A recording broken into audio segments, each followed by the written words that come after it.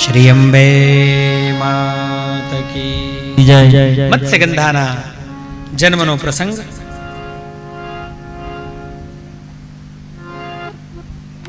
સૂતજી કહેવા લાગ્યા છે, આદ્યશક્તિ છે જેની કૃપાથી 4 પ્રકારના પુરુષાર્થ ધર્મ, અર્થ, કામ અને મોક્ષ સુલભ બની જાય છે. એવી હવે હું આપને પુરાણની કથા સંભળાવી રહ્યો, એને આપ સાંભળો.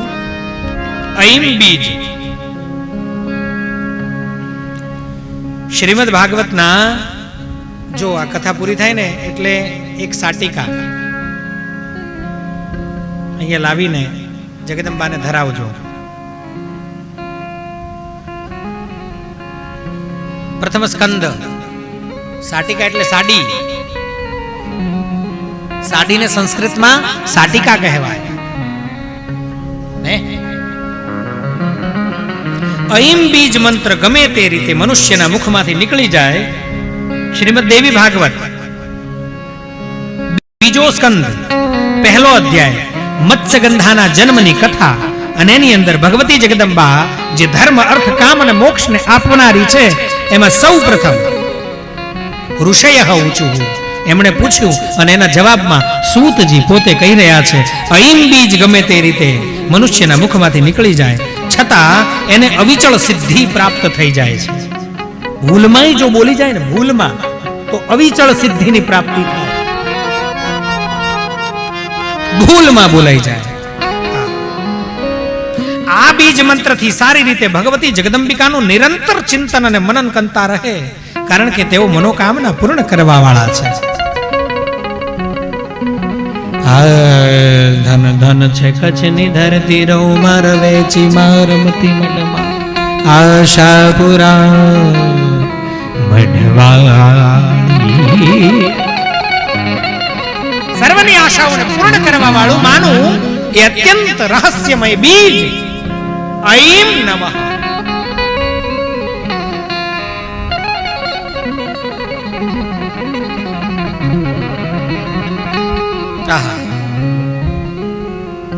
કથા કીધી છે ચેદી દેશની ગાદી ઉપર અખૂટ ધન હતું, જેની પાસે પ્રતિજ્ઞા વાળો ઉપરીચર નામનો એક રાજા, એની કથા સંભળાવી છે. તેણે ઇન્દ્રદેવની ઉપાસના કરી છે અને દેવરાજ ઇન્દ્ર એના ઉપર પ્રસન્ન થઈ અને એને એક મણીથી બનેલું સુંદર ઉત્તમ વિમાન આપ્યું છે. આકાશ માર્ગે યાત્રા કરતો, વિમાનમાં બેસીને સર્વત્ર વિચરતો, મહાપરાક્રમી અતુલ બળવાળા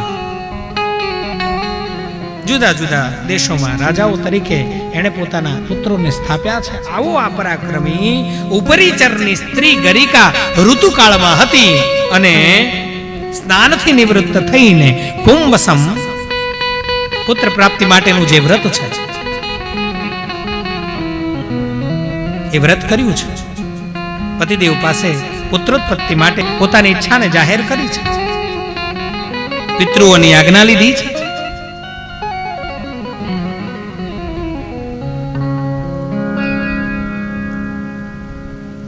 પણ વળી પાછો એ પિતૃઓની આજ્ઞાએ જ યુક્ત થઈ અને શિકાર કરવા માટે ગયો છે. જંગલમાં એને જવું પડ્યું છે. રાજાનું મન તો પોતાની પત્નીમાં છે, પણ પિતૃઓએ આજ્ઞા કરી છે. એને વશ થઈ અને જંગલમાં ગયો છે.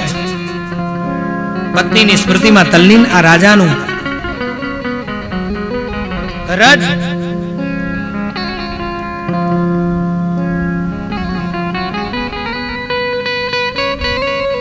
અને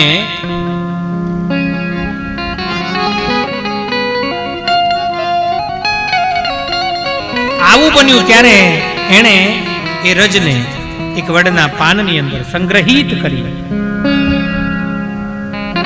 કારણ કે અમોઘ છે, સર્વસંપન્ન છે, સર્વસિદ્ધિપ્રદ છે.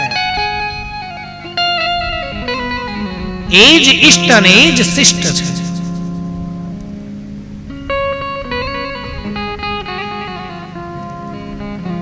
પોતાની રાણીને પક્ષીરાજને બોલાવ્યા છે, એને આજ્ઞા કરી છે. આ શક્તિ અને આ સિદ્ધિઓ તો જુઓ, ઘણા બધા માણસો હાલ પણ જીવે જ છે. જે પક્ષીઓ બોલે ને એ સમજી જાય, જે પ્રાણીઓ બોલે ને એની સમજણ પડે. આ બધી સિદ્ધિ છે, આ બધી વિદ્યાઓ છે, આને ભણવી પડે, આને પામવી પડે. ઉપાસનાથી આ બધી સિદ્ધિઓ મળે, હાલ પણ મળે છે. પણ આ બધામાં જો પરમ સિદ્ધિ હોય તો એ જગદંબાનું શરણું છે. એ મળી જાય પછી બધી વિદ્યાઓ, બધી સિદ્ધિઓ, કારણ કે એની અંદર બધું સમાહિત છે, બધું નાનું છે.